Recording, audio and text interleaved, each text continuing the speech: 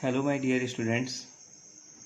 Now today I am going to discuss the next part of our chapter gravitation, which is especially belong to your class 9th. Now before coming to the topic mass and weight, I will discuss the difference between capital G and small g. Capital G और small g के बीच में कुछ difference है जो कि मैं आपको बताना चाहता हूँ. क्लियर? तो जैसा कि आपको मैं ग्रेविटेशन और ग्रेविटी इन दोनों की डेफिनेशंस तो आपको मैं बता चुका हूँ, ठीक है. तो उनका जो डेफिनेशन होगा वो उसका क्या हो जाएगा, फर्स्ट डिफरेंस हो जाएगा. जाके आप मास और वेट को टॉपिक को देखने से पहले सबसे पहले आप जो प्रीवियस लेक्चर है उसको देखिए. उसमें आपको कैपिटल जी और स्मॉल जी के बारे में मैंने समझा रखा है. आप वहाँ से कैपिटल जी स्मॉल जी के डेफिनेशंस लिखिए, आपका फर्स्ट डिफरेंस कंप्लीट हो जाएगा. सेकंड डिफरेंस बेटा ये है कि जो कैपिटल जी होता है उसकी वैल्यू होती है 6.67 इंटू 10⁻⁻11 होती है. इसकी वैल्यू आपको पता है स्मॉल जी की 9.8 होती है. क्लियर? कैपिटल जी की यूनिट क्या है? कैपिटल जी की यूनिट आपको भी मालूम है, न्यूटन मीटर स्क्वायर पर केजी स्क्वायर होती है. और जी की यूनिट क्या होती है, मीटर पर सेकेंड स्क्वायर, चूंकि ये क्या है हमारा एक्सीलरेशन है. जो नेक्स्ट आपका डिफरेंस है वो ये है कि कैपिटल जी की वैल्यू जो होती है वो कांस्टेंट होती है. ठीक है, मतलब एक यूनिवर्स में कहीं भी कोई भी मीडियम हो, कुछ भी हो, ये वैल्यू बदलती नहीं है. लेकिन जी की वैल्यू ये चेंज होती है. आपको भी पता है, मैंने बताया था कि अगर अर्थ के सर्टेन हाइट, ठीक है, अर्थ के सरफेस से सर्टेन हाइट तक अगर जाएं, मान लो ये सरफेस है अर्थ का और इससे सर्टेन हाइट पे जाते हैं तो जी की वैल्यू कम होती है, और डेप्थ में जाते हैं तो भी जी की वैल्यू क्या होती है, कम होती है ना. तो इस तरह से हम ये कह सकते हैं कि कैपिटल जी स्मॉल जी हमारे लिए बहुत इंपॉर्टेंट फैक्टर है. ठीक, तो यहाँ पे चेंज की स्पेलिंग सही कर लीजिए, इसको CHANG. क्लियर? चलिए अब बात करते हैं हम लोग मास एंड वेट. देखो मास क्या है, अगर आपने फोर्स एंड एक्सेलरेशन चैप्टर पढ़ा होगा तो मास क्या है, ये मेजरमेंट ऑफ इनर्शिया है. ठीक है, बाई ऑब्वियसली आपने पढ़ा होगा कि अगर हम मेजरमेंट करते हैं इनर्शिया का तो उसी को हम क्या कहते हैं, मास कहते हैं. ये मास से रिलेटेड है. मतलब किसी भी ऑब्जेक्ट का इनर्शिया क्या होता है, इनर्शिया आप जानते हो इनहेरेंट कैरेक्टरिस्टिक होती है. ठीक है, और इनर्शिया किसी भी ऑब्जेक्ट की अगर उसकी कंडीशन स्टेबल स्टेट में है तो वो स्टेबल रहेगी, अगर मूविंग कंडीशन में है तो मूविंग कंडीशन में रहेगी. ठीक है, जब तक कि आप उस पर कोई फोर्स अप्लाई नहीं करोगे. तो वो कैरेक्टरिस्टिक जो रिलेटेड है इनर्शिया, वो मास से रिलेटेड है ना. अब आप सोच रहे होंगे कि भाई इसको हम डिफाइन कैसे करेंगे. चलो एक और टर्म में मैं डिफाइन करता हूं. An object mass can be determined from the acceleration produced when A known force acts on it. मतलब है कि F बराबर m में जो न्यूटन का सेकंड लॉ है वहां से आप क्या कर सकते हो, आप मास को डिफाइन कर सकते हो. ठीक है, तो मास की वैल्यू क्या होगी, F/a होगी. ठीक, अब एक्सीलरेशन को अगर यूनिट कर दिया जाए तो mf के बराबर होगा. तो मतलब कुल मिला के हमारा कहने का मतलब ये है कि an object mass can be determined from the acceleration produced when a force acts on it. जब कोई उस पर फोर्स एक्ट होता है, उसमें सर्टेन एक्सीलरेशन प्रोड्यूस होता है, तो जो क्वांटिटी डिफाइन की गई that quantity will be defined as mass. बात समझ में आ रही है? अब बात समझना कि भाई वेट, ठीक है, कभी कभी क्या होता है कि हम क्या करते हैं, मास और वेट को एक समझ लेते हैं, एक जैसा समझ लेते हैं, बट दोनों में बहुत सारे डिफरेंसेस हैं, है ना.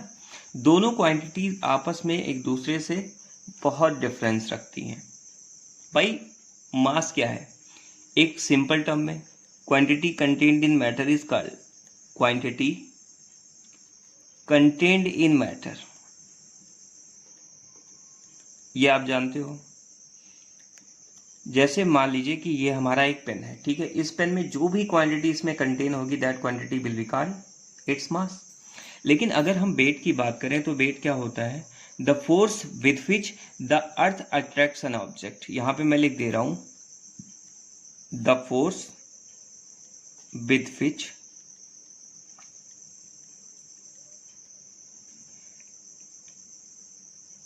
N earth attracts an object, ठीक है, अट्रैक्ट्स एन ऑब्जेक्ट। क्लियर? मतलब है, कहने का सेंस ये है कि जिस फोर्स से कोई भी ऑब्जेक्ट को हमारी जो अर्थ है वो अट्रैक्ट करती है, उसकी वजह से हम क्या करते हैं, अपने वेट को फील कर पाते हैं। क्या कर पाते हैं? अपने वेट को फील कर पाते हैं। इसका मतलब बेटा आपको पता है कि वेट का फार्मूला कैसे निकालते हो। वेट का फार्मूला हम निकालने जा रहे हैं, ठीक है, बात समझना मेरी। तो W इज इक्वल टू क्या होता है, simply mass multiplied by gravity, mass multiplied by gravity. तो अगर ध्यान से देखो यहाँ पे, अगर हम स्मॉल g को अगर m से मल्टीप्लाई कर दें तो क्या मिलता है हमको, वेट मिलता है।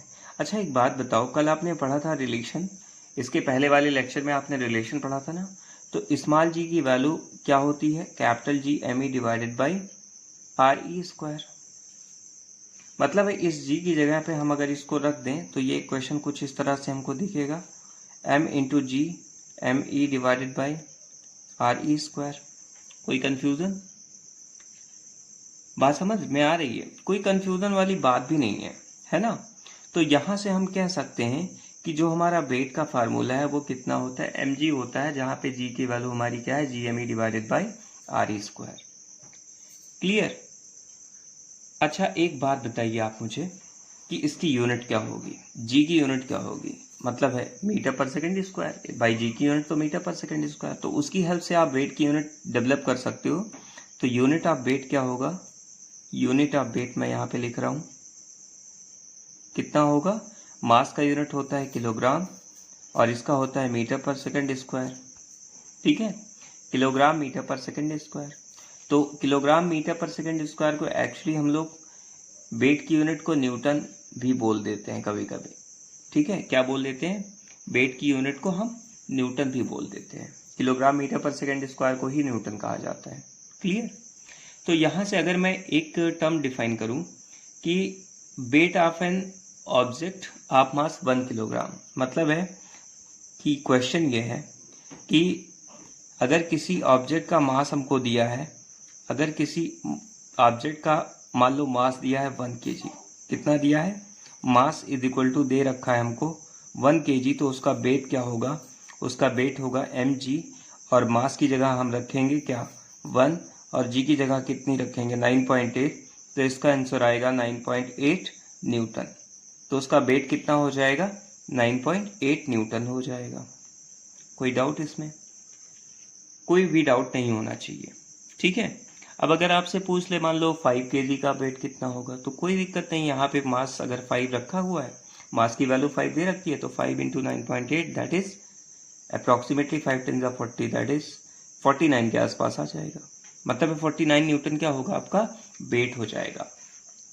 अब एक बहुत ही इंपॉर्टेंट फैक्ट, ध्यान से सुनिएगा मेरी बात, मतलब है बेटा वेट का जो फार्मूला होता है वो ये वाला फार्मूला भी वैलिड होता है, ध्यान रखना इस चीज को, ठीक है, ये वाला फार्मूला भी कभी कभी वैलिड होता है, ठीक। तो अब हम यहाँ से एक टर्मिनोलॉजी आपको बताते हैं कि सपोज दैट कि आप अर्थ की सरफेस से h हाइट तक चले गए, तो आपका जो RE था भाई, ये रेडियस तुम्हारा RE था, अब ये RE प्लस h हो गया, तो यहाँ पे जो वेट हो गया वो आपका हो गया फार्मूला कुछ इस तरह से, ध्यान से सुनिएगा, यहाँ पे g की जगह क्या रख सकते हैं, g डैश रख सकते हैं, क्योंकि g की वैल्यू चेंज हो गई भाई, g की वैल्यू क्या हो जाएगी, चेंज हो जाएगी, ठीक। तो यहाँ पे मैंने इसको इस तरह से लिख दिया m इंटू जी, ठीक है, into RE upon RE plus h का whole square, RE plus h का होल स्क्वायर। ये हमारा क्या है, एक एडिशनल फार्मूला है। देखो अब मैं आपको ये नहीं बता सकता कि ये फार्मूला RE प्लस h का होल स्क्वायर आया कहाँ से, ठीक। इसको पढ़ने के लिए आपको क्लास 11 में आना पड़ेगा। लेकिन फिलहाल आप अभी के लिए क्या कर सकते हैं, इस फार्मूले को लर्न कर सकते हैं और अपने कंसेप्ट को थोड़ा सा स्ट्रॉन्ग कर सकते हैं। ठीक है, क्लास 9 के लेवल पे मैं चीज़ों को थोड़ा एडवांस में लेके चल रहा हूँ। ठीक है, मैं कोर कंसेप्ट पे फोकस कर रहा हूँ ताकि आपको कुछ चीज़ें ऑलरेडी पहले से पता हो। जब कभी आप चैप्टर को रीड करें तो आपको चीज़ों की जो है एक कहते नहीं है, आपको मतलब अच्छा नॉलेज हो, जिससे कि आप क्या कर सके, अपने क्वेश्चन को इजीली सॉल्व कर सके। ठीक है, तो अब इस पे भी आपके न्यूमेरिकल्स फॉर्म होते हैं। क्लियर, कोई दिक्कत नहीं है। अब हम नेक्स्ट टॉपिक जो बात करने जा रहे हैं भाई, वेट ऑन द मून की बात करने जा रहे हैं। वेट ऑन द मून, तो देखो भाई ऑब्वियस है कि मून पे जाओगे मतलब है ये अर्थ है और कहीं यहाँ जाके तुम्हारा क्या होगा, मून होगा, है ना। तो जब अर्थ से मून की तरफ जाओगे तो एच की वैल्यू चेंज होगी, जिसकी वजह से क्या होगा आपका, जिसकी वजह से ये होने वाला है कि आपका जी की वैल्यू चेंज हो जाएगी। तो हमें यहाँ पे जो वेट मिलेगा बेटा वो कितना मिलेगा, एम जी डैश मिलेगा। ठीक, ये क्वेश्चन मान लो फर्स्ट है। मतलब कुल मिला के जी डैश की वैल्यू अगर हमको मालूम हो जाए तो यहाँ से वेट हम निकाल सकते हैं। ठीक है, अब देखो क्या है कि आपको पता है बेटा कि डब्लू का फार्मूला, ठीक, डब्लू का फार्मूला क्या होता है, फिर से मैं लिख रहा हूं यहाँ पे, G M dash M divided by R dash square. ये मून की बात मैं कर रहा हूँ, किसकी बात कर रहा हूँ, मून की बात कर रहा हूँ। मान लो कि मून का मास कितना है, एम डैश है, उसका रेडियस आर डैश है। तो हमको पता है भाई अर्थ के रिस्पेक्ट में ये फार्मूला कुछ इस तरह से होगा, G M E M divided by, बताओ क्या लिखें, आर ई स्क्वायर लिख सकते हैं। ठीक है, ये दो इक्वेशन है आपके पास, ध्यान से सुनिएगा मेरी बात। अगर मैं दोनों को डिवाइड कर दूं तो मेरे पास ये एक्सप्रेशन कुछ इस तरह से आएगा। अच्छा, एक चीज़ और है कि बेटा इसका वेट भी चेंज कर लो, डब्लू डैश से कर लो, इसे भी क्या कर लो, डब्लू डैश, ताकि दोनों डब्लू में कोई डिफरेंस ना हो। ठीक है, तो यहाँ से क्या करते हैं हम लोग, डब्लू डैश अपान डब्लू निकाल लेते हैं। तो डब्लू डैश अपान डब्लू क्या आएगा, खुद सोचो, G M dash M divided by R dash square, और नीचे ये वाला टर्म आएगा। तो डायरेक्ट हम इसको आर ई को ऊपर लिख लेते हैं, यहाँ पे आर ई स्क्वायर को ऊपर लिख लेते हैं, और यहाँ पे G M E M as it is लिख लेते हैं। ठीक, तो ये एम से एम कैंसिल हो गया। क्लियर, अब यहाँ पे क्या है भाई, कैपिटल जी से कैपिटल जी भी कैंसिल हो गया, कोई दिक्कत नहीं। अब तुम्हारे पास क्या बचा बेटा formula, M dash R E square divided by M E into R dash square. ये हमारा क्या है, डब्लू डैश अपान डब्लू है।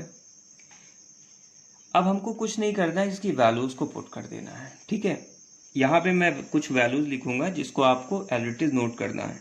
ठीक है, क्या वैल्यूज है, मास ऑफ द अर्थ आपको पहले ही मैं बता रखा हूँ, 6 इंटू 10⁻24 होता है केजी। ठीक, यहाँ पे मास ऑफ द मून, यहाँ पे एम डैश मैंने लिया है, तो एम डैश से 7.4 इंटू 10⁻, यहाँ भी कितना है 24 ना होके बल्कि कितना है 22 है, थोड़ा सा कम होता है लिटिल बिट। इसके बाद हम बात करते हैं बेटा रेडियस की।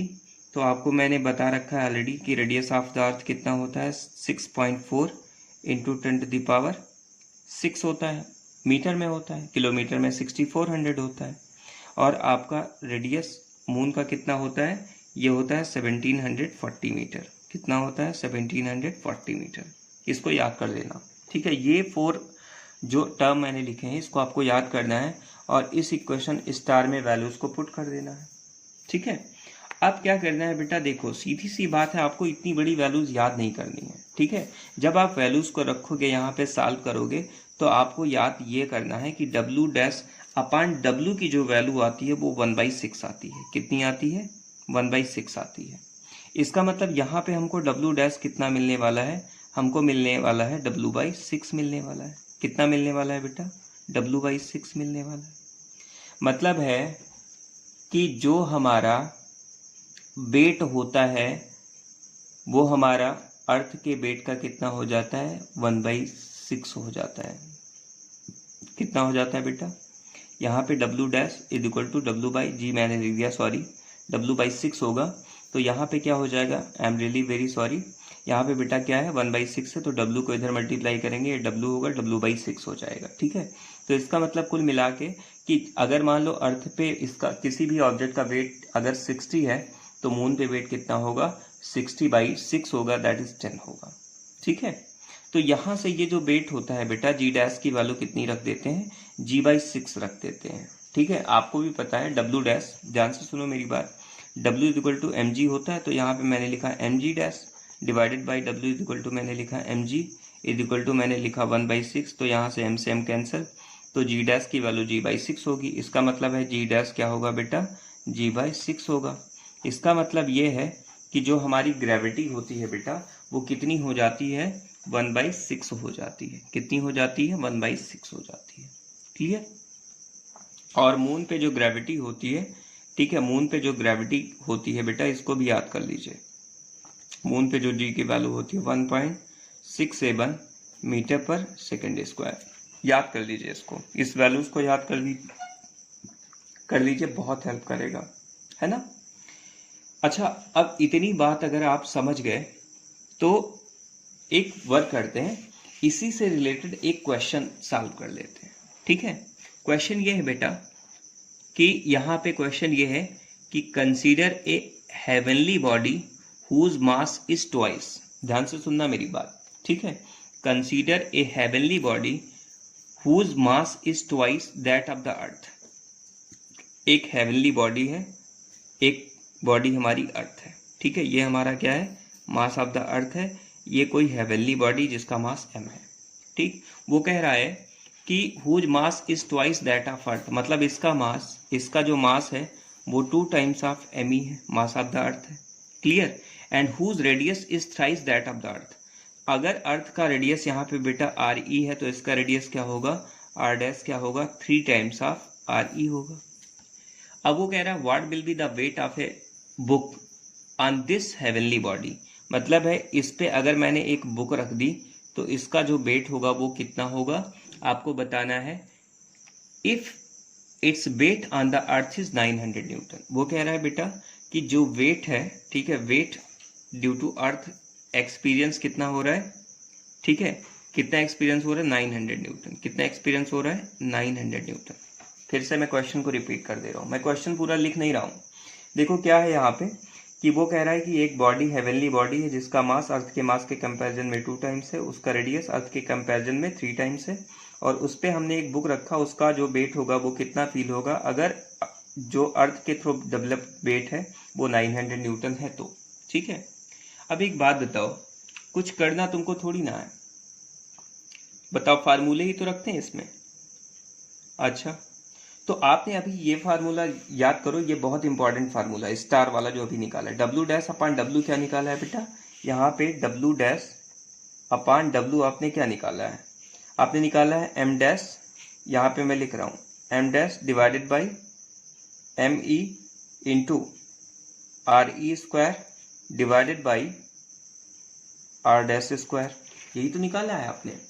अब एक बात बताओ, M डैश कितना है, M डैश मेरा यहाँ पे कितना है, इसको M डैश मान लो, चलो, तो 2ME है, कितना है, 2 टाइम्स ऑफ ME, और डिवाइडेड बाई मैंने क्या कर दिया, ME कर दिया, इनटू RE कितना है बेटा, 3 टाइम्स RE है, तो देखो 3 टाइम्स RE है ना, तो 3 टाइम्स RE का होल स्क्वायर करेंगे डिवाइडेड बाई, अच्छा एक और चीज़, यहाँ पे RE ऑलरेडी था बेटा, I am really very sorry, इस स्टेप को यहाँ पे कट करते हैं, वैल्यूज को मैं फिर से लिख रहा हूँ, 2 times of ME divided by ME into यहाँ पे RE की जगह पे एज इट इज RE ही रहेगा, और R डैश की जगह पे क्या होगा बेटा, 3 टाइम्स RE का square that is 9 RE square, मैं डायरेक्ट लिख रहा हूँ बाई 3, R डैश की जगह पे क्या रखोगे, 3 RE रखोगे, 3 का स्क्वायर क्या होगा, 9 RE स्क्वायर हो जाएगा।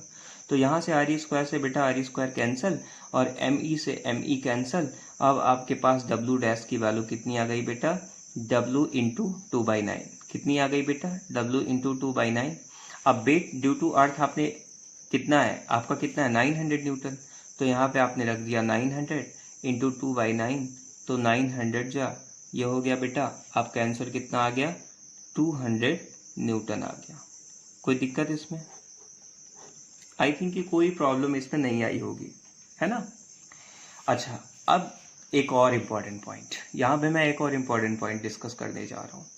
अब difference between mass and weight, ध्यान से सुनना मेरी बात। Difference between mass and weight, mass और वेट में डिफरेंस क्या है, इसको भी हम लोग क्लियर कर लेते हैं। देखो बेटा, क्या है ना कि 9th के लेवल पे मैं जितना भी टॉपिक आपको बता रहा हूँ, डेफिनेटली आप यकीन मानिए कि आप, हो सकता है मैं भी बहुत अच्छे वीडियोस, कुछ अच्छे लेक्चर्स यूट्यूब पे अवेलेबल हो, लेकिन मैं इतनी श्योरिटी लेता हूँ कि आपको मास एंड वेट का 9th के लेवल पे जो कोर कॉन्सेप्ट मैं दे रहा हूँ, वो लेवल आपको आई थिंक एक आध चैनल पे भले मिल जाए, लेकिन डेफिनेटली ये मैं गारंटी के साथ कह सकता हूँ कि जो कंटेंट दे रहा हूँ वो कंटेंट आपको नहीं मिलेगा। ठीक है, तो पहली चीज़ हमें क्या करना है, अपनी अंडरस्टैंडिंग डेवलप करनी है अपने कंटेंट के टुवर्ड्स। उसके बाद हमको ये सोचना है कि अब हम क्या कर सकते हैं। ठीक है, तो चलो अच्छा डिस्कस करते हैं हम लोग मास और वेट में डिफरेंस। मास क्या है बेटा? Quantity of matter content in object is called mass and the force experience due to earth is called its weight. Clear? Its unit is kilogram and its unit is newton. Clear? यहाँ पे चलो पूरा मैं लिख दे रहा हूँ, Newton लिख दे रहा हूँ। अब उसके बाद मास क्या है बेटा? वेरी नहीं करता है। ठीक है, मास की एक कैरेक्टरिस्टिक होती है, इट विल नॉट वेरी। ध्यान रखना इस चीज को। मतलब है कि दुनिया में मास कहीं भी, तुम जुपिटर पे रहो, मार्स पे रहो, अर्थ पे रहो, मून पे रहो, कहीं भी रहो, आपका मास वेरी नहीं करेगा, लेकिन आपका वेट वेरी करेगा। और अभी आपने देखा वेट वेरी कर रहा है ना। तो it will very, it will very. कोई दिक्कत? अब बेटा क्या है, मास एक स्केलर क्वांटिटी है। कैसी क्वांटिटी है? स्केलर। एंड वेट क्या है? वेक्टर क्वांटिटी है। कैसी है बेटा? वेक्टर क्वांटिटी है। ठीक है, यहाँ पे VECTOR। अब इसके बाद क्या है, जो नेक्स्ट पॉइंट है बेटा, वो नेक्स्ट पॉइंट ये है कि मास को हम फिजिकल बैलेंस से मेजर करते हैं। किससे मेजर करते हैं? फिजिकल बैलेंस से मेजर करते हैं। ठीक, और मतलब वेट को स्प्रिंग बैलेंस से मेजर करते हैं। किससे मेजर करते हैं? स्प्रिंग बैलेंस से मेजर करते हैं। इस बात को ध्यान में रखना। तो इस तरह से क्या है, आपका मास और वेट का एक पूरा टॉपिक जो है आपने कंप्लीट कर लिया। मास और वेट में रिलेटेड जो भी यहाँ पे मैंने कंटेंट इस पेज में लिखे हैं, वो आपके बहुत काम आने वाले हैं। ठीक है, आप इसको अब अपने लेवल पे सॉल्व कर सकते हैं। ठीक है, ग्रेविटेशन से रिलेटेड जो भी आपका पार्ट था, मैंने उसको पूरा कवर करने करने की कोशिश की, और ऑब्वियसली आपका चैप्टर लगभग कंप्लीट हो चुका है ना। तो अब हम लोग क्या करेंगे कि कुछ न्यूमेरिकल सॉल्व करेंगे, और न्यूमेरिकल सॉल्व करने के बाद कुछ ऑब्जेक्टिव्स भी करेंगे, और उसके साथ साथ मैं थोड़े बहुत लॉन्ग क्वेश्चंस भी डिस्कस करूंगा। ठीक है, long question discuss in the sense क्या करना है, मुझे कुछ इंपॉर्टेंट क्वेश्चन के बारे में आपको बताना है जो अक्सर एग्जाम में रिपीट करते हैं।